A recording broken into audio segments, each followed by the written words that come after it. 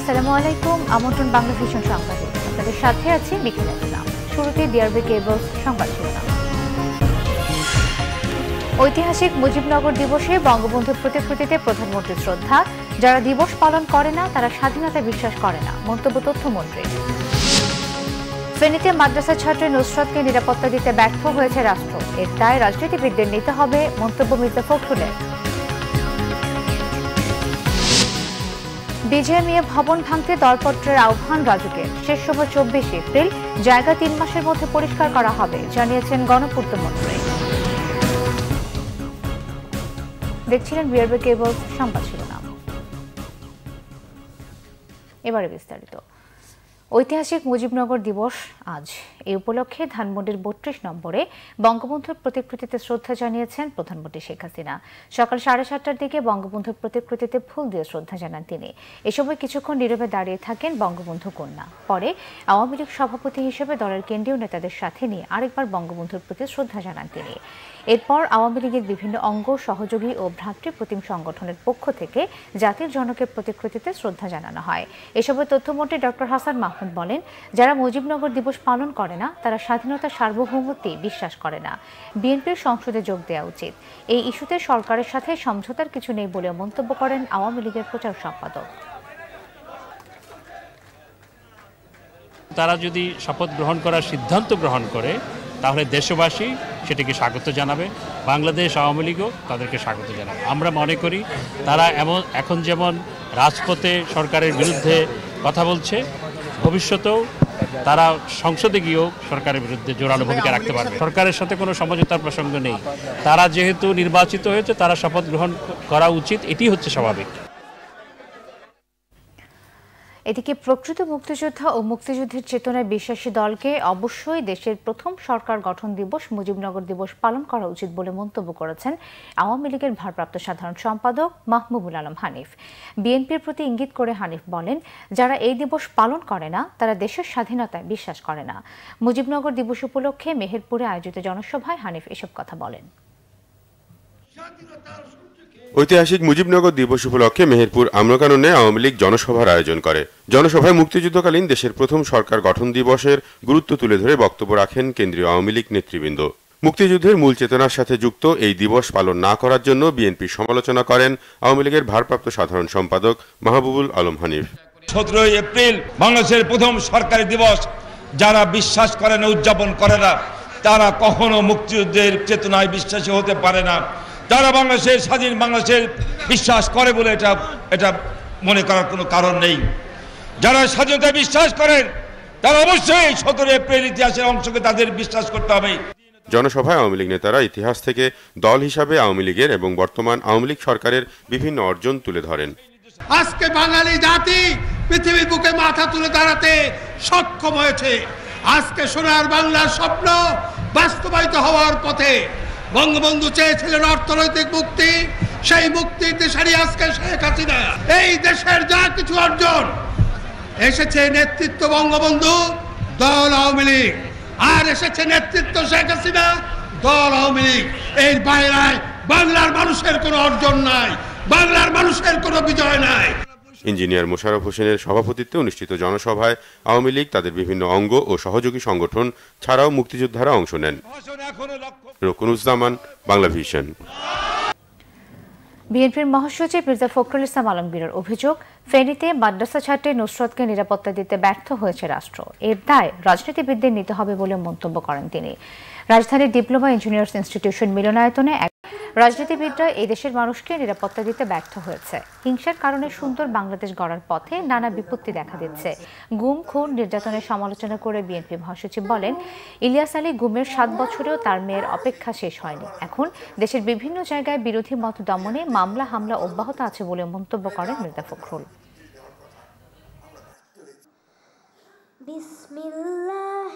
এই হত্যা যজ্ঞের মধ্যে নেমে পড়েছি। কেন আমাদের রাফিকে এইভাবে নির্যাতিত হয়ে মরতে হয়? কেন আমি জানি না। এর উত্তর আমাদের রাজনীতিবিদদের দেওয়ার কথা। আমরা ব্যর্থ হয়েছি সেই ধরনের একটা সুন্দর বাংলাদেশ দিতে। আমরা ব্যর্থ হয়েছি তোমাদেরকে নিরাপত্তা দিতে। কিন্তু তারপরেও আমি স্বপ্ন দেখি আমি স্বপ্ন দেখি যে অবশ্যই এই বাংলাদেশ একটা সুন্দর সমৃদ্ধ বাংলাদেশে পরিণত হবে। আমি স্বপ্ন দেখি আমাদের এই শিশুরা তারা নির্ভয়ে বিচরণ করবে, কোথাও তাদের প্রতি কোনো আঘাত আসবে না, আমাদের মেয়েদেরকে তাদেরকে কখনো পুড়িয়ে মারা হবে না।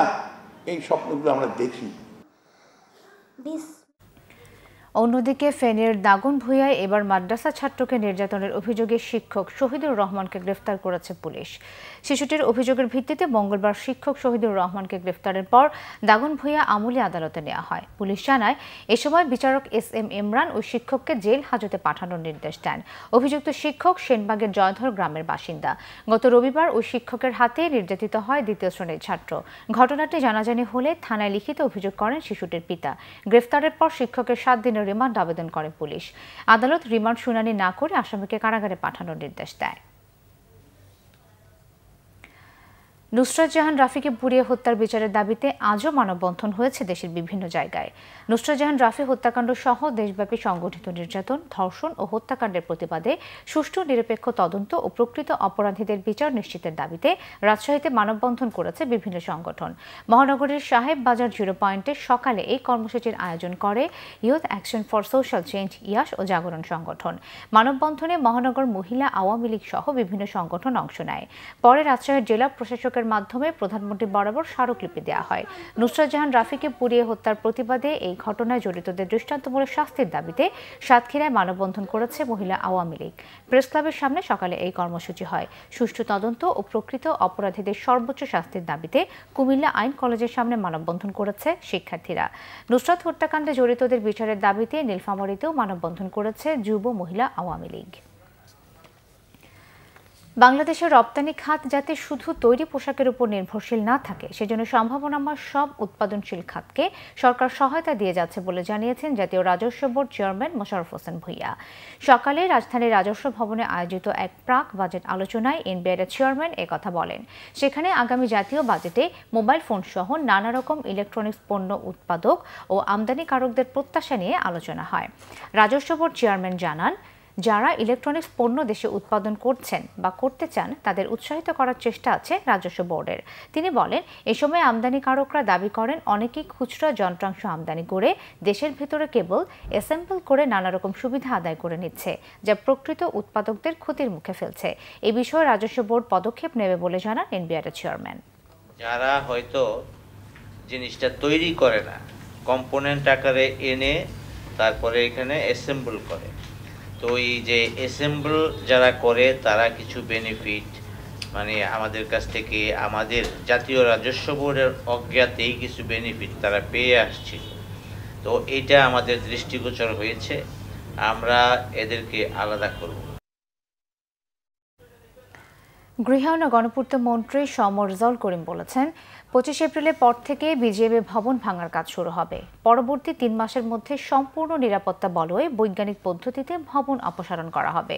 সচিবালয়ে সাংবাদিকদের সাথে আলাপকালে তিনি আরও বলেন, দেশীয় প্রতিষ্ঠান না এলে বা রাজুক ভাঙতে না পারলে বিদেশি অভিজ্ঞ প্রতিষ্ঠানকে ডাকা হবে। তবে বিজিএমএ ভবনে থাকা বিভিন্ন প্রতিষ্ঠানের কর্মকর্তারা জানান, মালামাল সরিয়ে নিতে অবহিত করেননি ভবন কর্তৃপক্ষ, ফলে তারা আর্থিকভাবে ক্ষতিগ্রস্ত হচ্ছে। হাতিরঝিলে বিজিএমইএ ভবনের মূল ফটকে ঝুলছে সিলগালা করা তালা। সামনে নিরাপত্তার জন্য অবস্থান করছে আইনশৃঙ্খলা বাহিনী। অনেকে মালামাল সরিয়ে নেওয়ার জন্য শ্রমিক নিয়ে এলেও ভিতরে ঢুকতে পারেনি। ভবনের ভিতরে থাকা মালপত্র সরিয়ে নেওয়ার জন্য কেউ কেউ যোগাযোগ করছে রাজুকের সাথে। তবে এমন পরিস্থিতির জন্য ক্ষতিগ্রস্তরা দোষারোপ করছে বিজিএমইএ কর্তৃপক্ষকে। বিজিএমএর এখানে আমরা যেটা বলবো, তাদের এই বিল্ডিংটা তাদের আন্ডারে, তারা আমাদেরকে বলা উচিত ছিল, যেহেতু তারা 12 তারিখ চলে যাচ্ছে, নাইদার ভার্বালি নাইদার কোনো অফিসিয়ালি কোনো ডকুমেন্টেশন আমাদের কাছে দেখাতে পারে, তারাও দেখাতে পারবে না। আমাদেরকে স্ট্যান্ড বাই বললো যে এই মুহূর্তে যে অবস্থায় আছে এই অবস্থায় আপনারা নেমে যান। আমরা একটা ফাইল পর্যন্ত হাতে নিয়ে নামতে পারি না, যে আজকে আমার শিপমেন্ট গেছে, 8 গাড়ির মাল গেছে আমার চিটাগাঙে, আমি কোনো মাল কাস্টমসের সাথে যোগাযোগ করতে পারতেছি না, কোনো মাল করতে পারতেছি না, হ্যান্ড ওভার করতে পারতেছি না। আমাদের আগে থেকে নোটিশ দেয়া হলেও খোদ বিজিএমএ নিজেদের অফিসের মালপত্র সরিয়ে নেয়নি, এমন তথ্য পাওয়া গেল তাদেরই এক কর্মকর্তার কাছ থেকে। বিজিএমএর আমাদের কিছু মালামাল আছে, ফাইল, 3টা জেনারেটর আছে, আর এসি চিলার রয়েছে, আর লিফট আছে। এদিকে রাজুক বিজিএমইএ ভবন ভাঙার জন্য গণমাধ্যমের দরপত্র আহ্বান করে বিজ্ঞাপন দিয়েছে, যেখানে বলা হয়েছে 24 তারিখের মধ্যে দরপত্র জমা দিতে হবে, 3 মাসের মধ্যে ভবন ভেঙে মালামাল অপসারণ করতে হবে এবং ভবন ভাঙার ব্যাপারে আলাদা কোনো অর্থ প্রদান করা হবে না। এ ব্যাপারে সচিবালয়ে গৃহায়ন ও গণপূর্ত মন্ত্রী সম রেজাউল করিম বলেন, বিজিএমইএ ভবন প্ল্যান ছাড়া অবৈধভাবে নির্মাণ করা হয়েছে। র্যাংস ভবনের দুর্ঘটনার পুনরাবৃত্তি না ঘটে সেজন্য বৈজ্ঞানিক পদ্ধতি অবলম্বন করা হবে বলেও জানান তিনি। যদি কোনো কোম্পানি শর্ত মেনে না আসে তবে নিজেরাই ভবন ভাঙার উদ্যোগ নেবে। দীপন দাওয়ান, বাংলা ভিশন, ঢাকা। রাজধানীর হাসপাতালগুলোতে ডায়রিয়া রোগীর সংখ্যা বেড়ে গেছে। হাসপাতাল কর্তৃপক্ষ জানিয়েছে, গত বছরগুলোর চেয়ে এবার আক্রান্তের হার বেশি, আর এই সংখ্যা শিশুদের তুলনায় বেশি বয়স্কদের।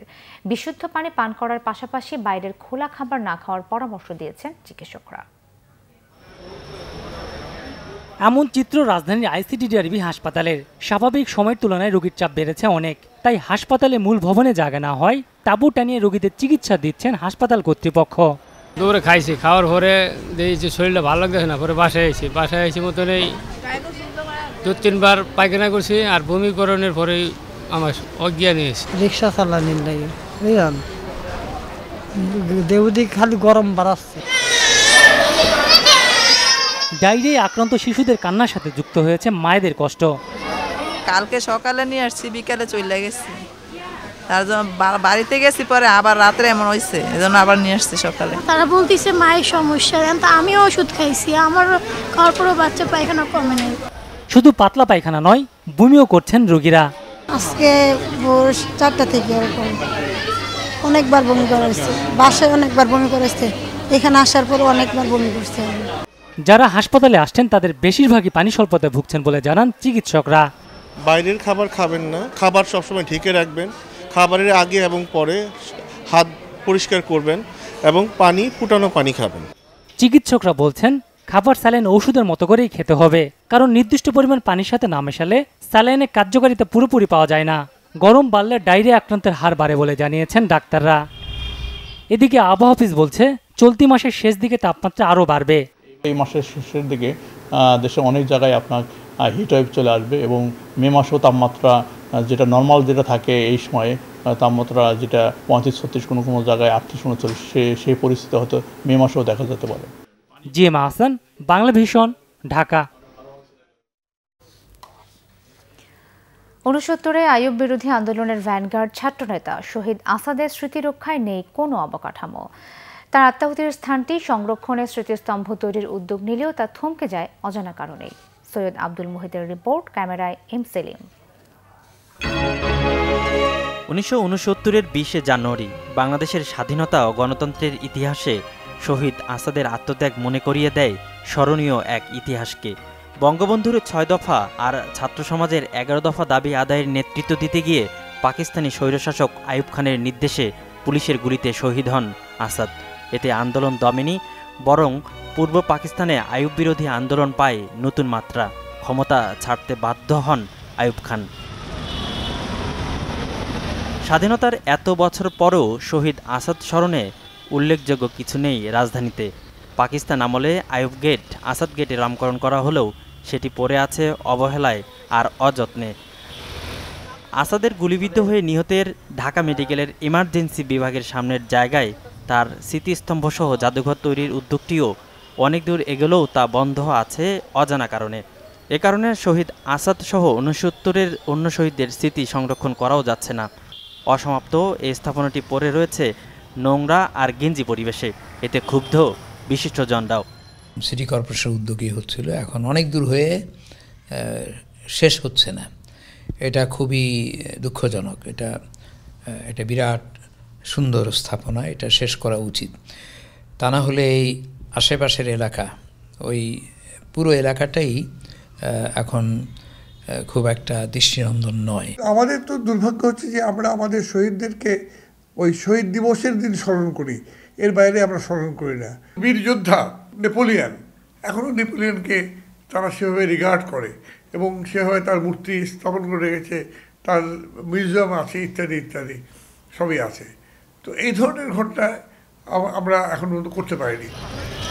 যথাযথ কর্তৃপক্ষ উদ্যোগ নিলে 69 আইয়ুব বিরোধী ইতিহাস জাতিকে জানানো সম্ভব বলে মত তাদের। ইতিহাসের এ ধরনের গুরুত্বপূর্ণ স্থাপনা তৈরির কাজ শেষ করতে কার্যকর উদ্যোগের আশ্বাস দিয়েছে ঢাকা দক্ষিণ সিটি কর্পোরেশন কর্তৃপক্ষ। শহীদ আসাদ হচ্ছে আমাদের একটা প্রেরণা। শহীদ আসাদের স্মৃতি রক্ষার জন্য যে গেট নির্মাণের পরিকল্পনা করা হয়েছিল, আমরা দেখেছি একটা স্মৃতিস্তম্ভ করা হয়েছিল, সেটা কিছুটা কাজ হয়েছিল। এখন কেন এটা স্থগিত বন্ধ হয়ে আছে এই বিষয়টা আমরা দেখি ইঞ্জিনিয়ারিং ডিপার্টমেন্টের সঙ্গে আলোচনা করে এবং এই কাজটা যেন এটা তার স্মৃতি রক্ষার্থে এই কাজটা যেন দ্রুত সমাপ্ত করা যায়, সেই জন্য আমরা প্রয়োজনীয় ব্যবস্থা নেব।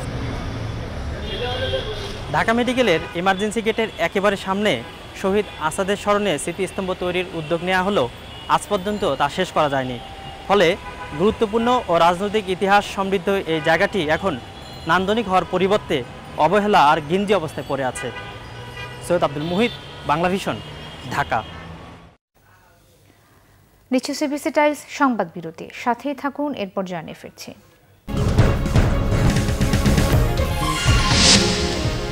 ঢাকা ওয়াসার পানির গুণগত মান সন্তুষ্টিজনক নয়, জবাবদিহিতা না থাকায় চলছে দুর্নীতি ও অনিয়ম, মন্তব্য টিআইবির। মেসি জাদুতে বিধ্বস্ত ইউনাইটেড, জুভেন্টাসের স্বপ্ন গড়িয়ে চ্যাম্পিয়ন্স লিগের সেমিতে বার্সার সঙ্গী আয়াক্স।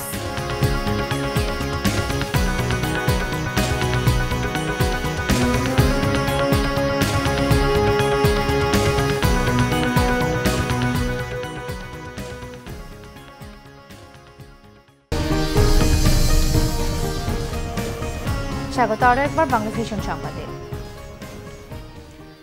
ঢাকা ওয়াসার পানির গুণগত মান সন্তুষ্টিজনক নয় বলে মন্তব্য করেছেন টিআইবির নির্বাহী পরিচালক ইফতেখারুজ্জামান। সকালে ধানমন্ডিতে টিআইবির কার্যালয়ে এক সংবাদ সম্মেলনে তিনি এই মন্তব্য করেন। ঢাকা ওয়াসার প্রক্রিয়াজাতকরণ পানি শান্তির মানও তেমন উন্নত নয় বলে জানান ইফতেখারুজ্জামান। প্রতিষ্ঠানটির জবাবদিহিতা না থাকায় পানি সরবরাহ থেকে শুরু করে বিভিন্ন ক্ষেত্রে দুর্নীতি ও অনিয়ম চলছে। এছাড়া রাজনৈতিক প্রভাবের কারণে ওয়াসার বোর্ডটিও অকার্যকর রয়েছে বলে জানান তারা। বিভিন্ন সময় রাস্তা ঘোরাঘুরির জন্য ওয়াসা ও সিটি কর্পোরেশনের সমন্বয়হীনতার কারণেও নাগরিক দুর্ভোগ বাড়ছে বলেও জানান টিআইবির নির্বাহী পরিচালক। নানা অনিয়ম তুলে ধরে বেশ কিছু সুপারিশমালাও তুলে ধরে টিআইবি। এ সময় ট্রাস্টি বোর্ডের সভাপতি সুলতানা কামাল বলেন, ঢাকা ওয়াসা নিয়ে নগরবাসীর প্রতিনিয়ত হয়রানির চিত্র উঠে এসেছে গবেষণায়। সমন্বয়হীনতা কাটিয়ে সেবা প্রতিষ্ঠানগুলো এক হয়ে কাজ করলে নাগরিক সুবিধা বাড়বে বলেও মনে করেন সুলতানা কামাল। আমিন জুয়েলার্স আন্তর্জাতিক সংবাদ।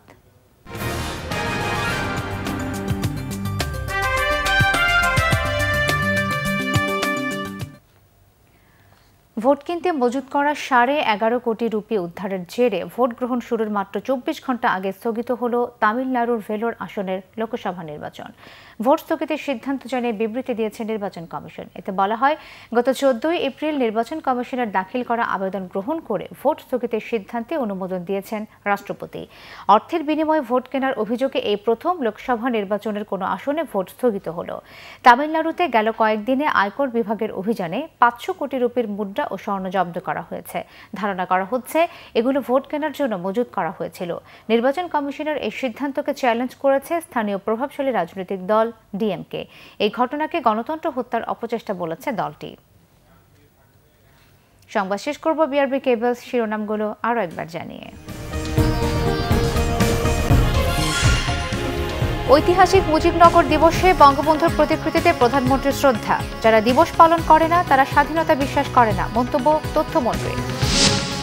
ফেনীতে মাদ্রাসা ছাত্রী নুসরতকে নিরাপত্তা দিতে ব্যর্থ হয়েছে রাষ্ট্র, এর দায় রাজনীতিবিদদের নিতে হবে, মন্তব্য মির্জা ফখরুলের।